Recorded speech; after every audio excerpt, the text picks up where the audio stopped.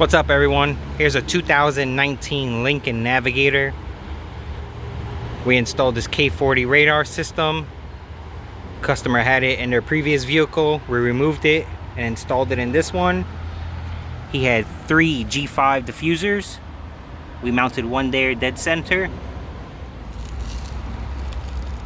one on that side, and the other mounted on this side.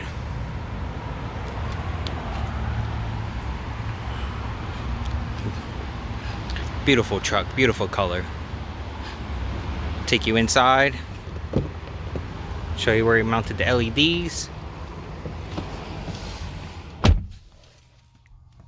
LEDs we mounted on top of the cluster here.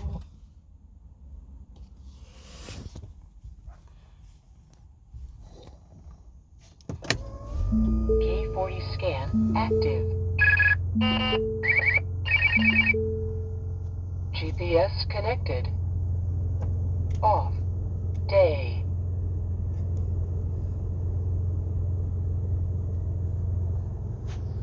Thank you guys for watching.